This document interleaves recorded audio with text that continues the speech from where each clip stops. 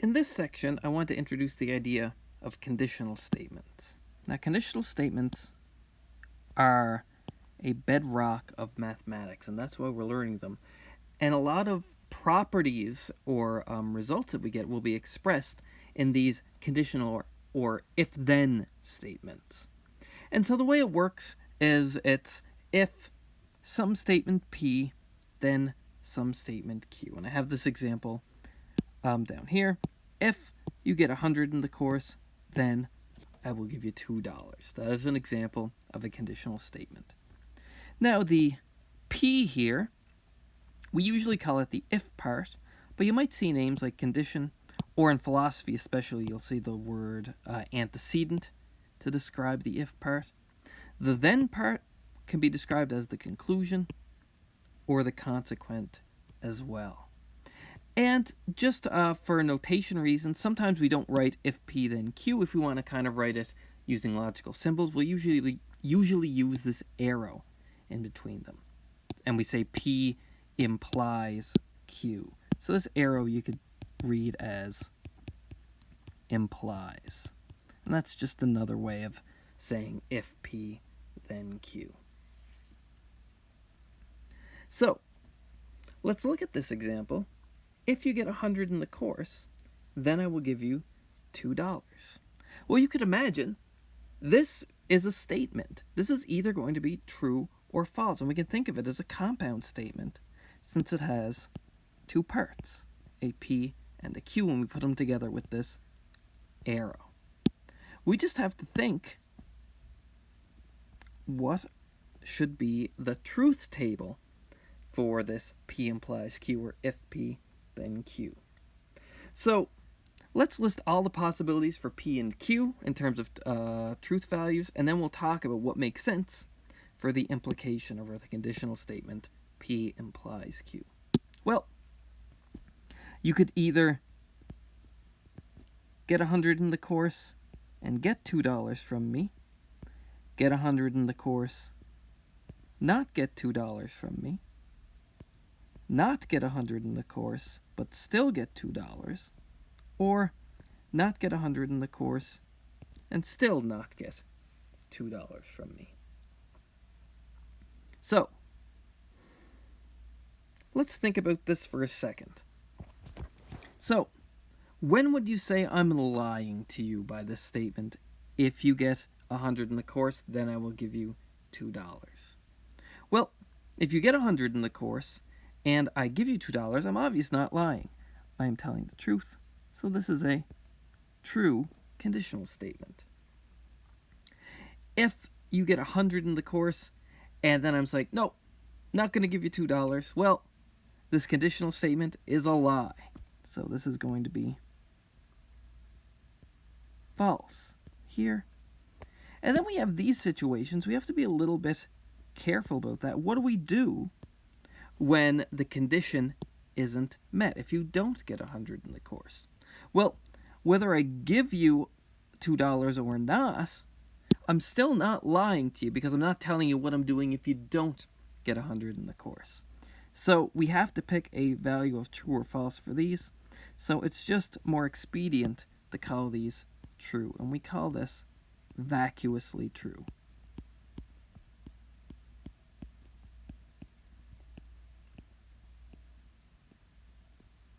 And we have to be a bit careful here.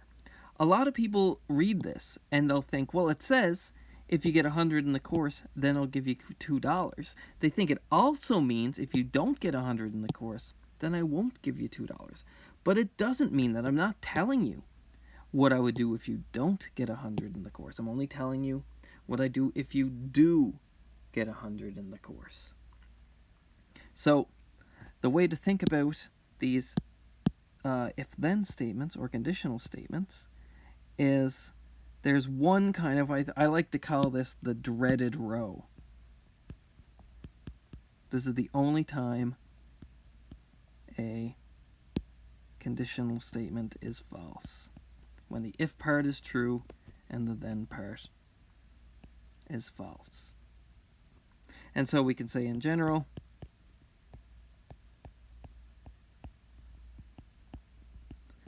P implies Q, or if P then Q is false, exactly when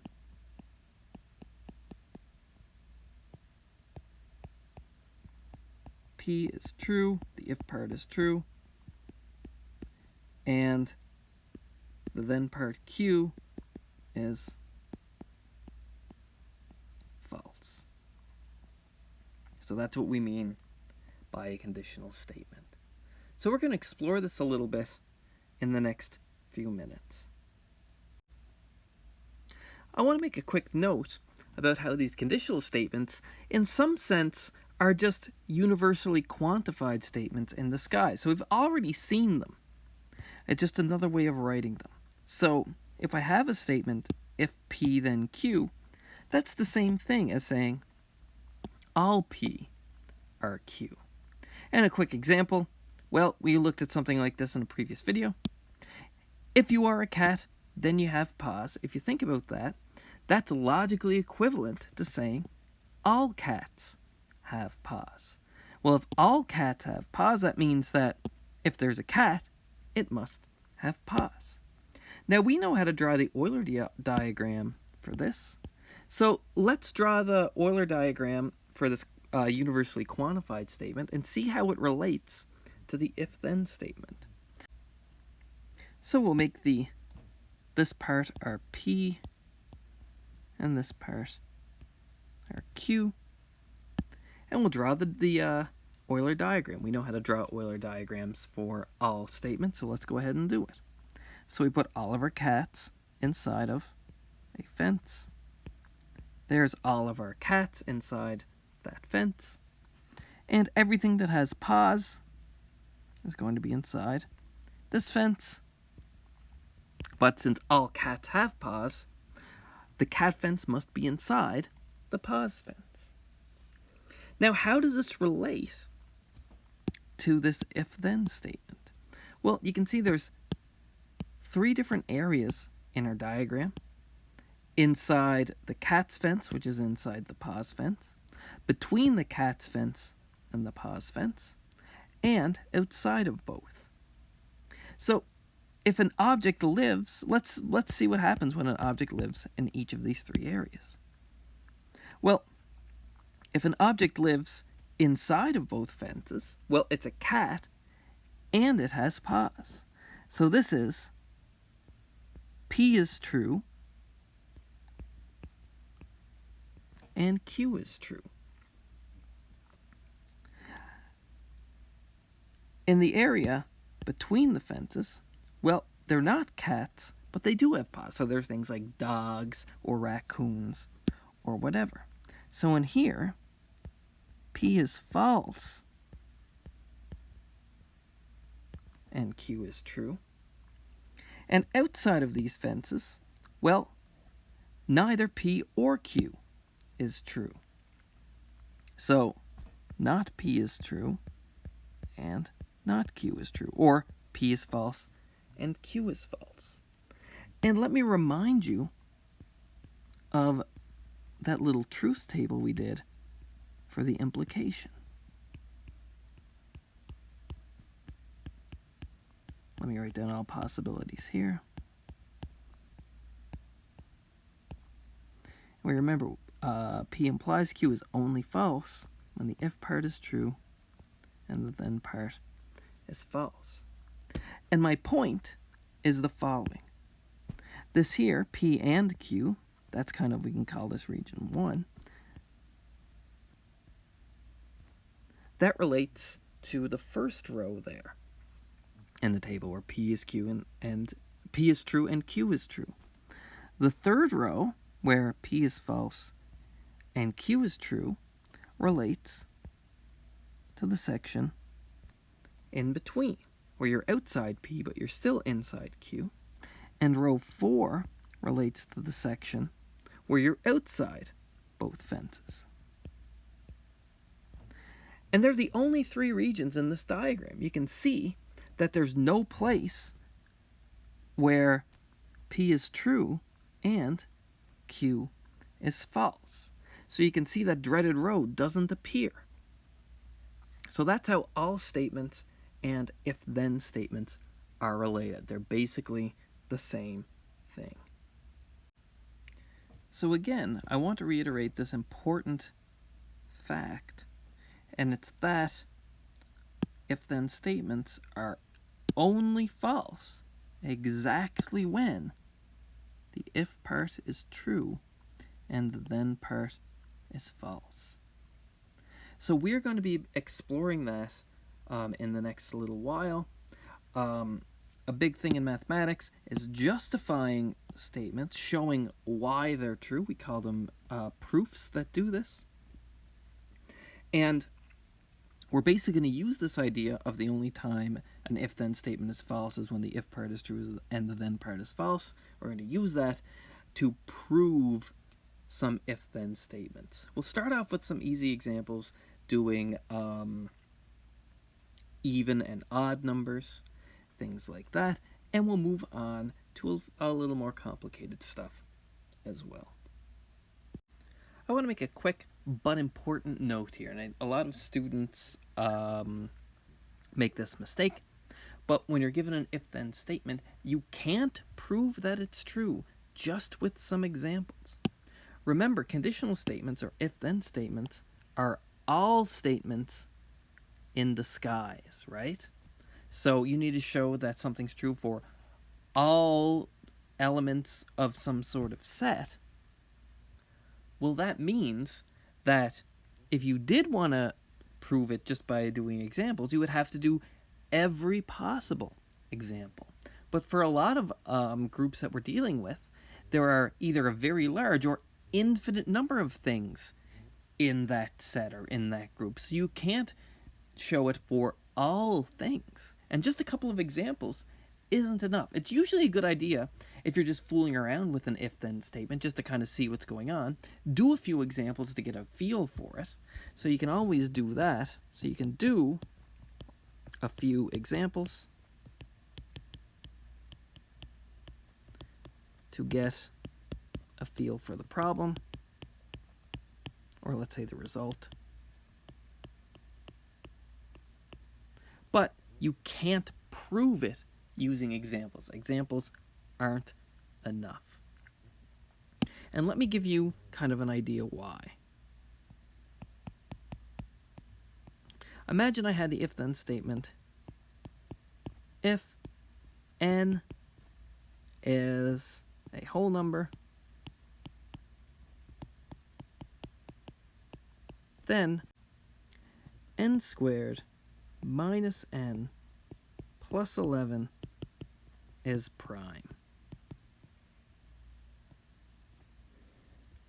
So, if you did a few small examples, you would find that you're always going to get a prime number. In fact, I'm going to do a little bit of a table here. Just to make life a little easier, I'm going to use function notation for this guy. I'm going to call this f of n, just to make my table a little more neat. So we're going to have n, f of n, and whether it's prime or not. All right, I'm going to pause the video and just do up the table for you, and then I'm going to come back with it already done.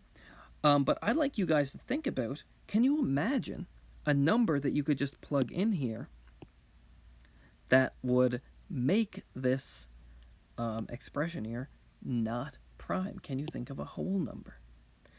And if you could do that, that's great. But I'm going to do this table just to kind of show you guys what's happening. So here is all the n's I want to plug in. And I'll do one or two of them just to make sure we know how to plug in numbers into formulas. So n equals 1.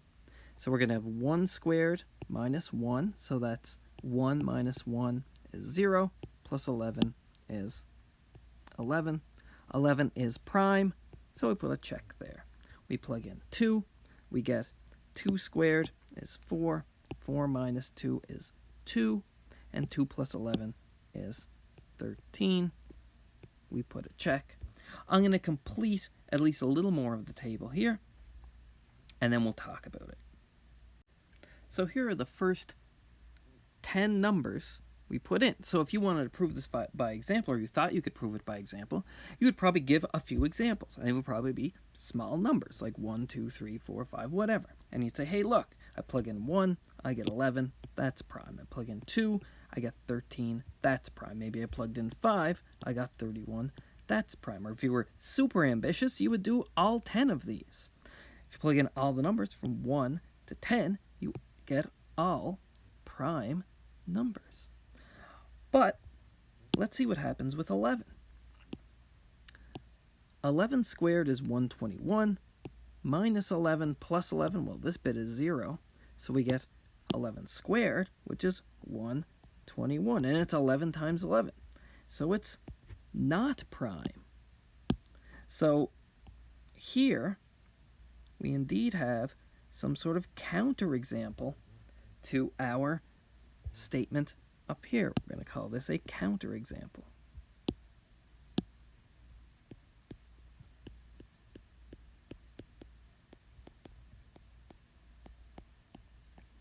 But you wouldn't know that there was a counterexample until you did a bunch of them. Because if you didn't know automatically you'd have to go up to 11, well, that's quite a few to check.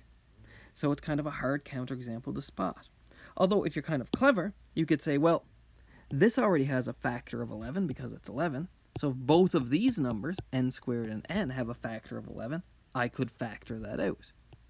And if you put in n equals 11, you can do that. So if you're thinking, you would see that that would be a counterexample. But if you didn't see that right away, well, if you did the first 10 examples, it looks like this would be true. But that's deceptive because there is a counterexample way down here at n equals 11. So that's why you can't prove by example. It needs to be true for all objects here, for all objects in your if part. Our if part is, well, n is a whole number, so it needs to be true for all whole numbers. We can't check all whole numbers because there are infinitely many.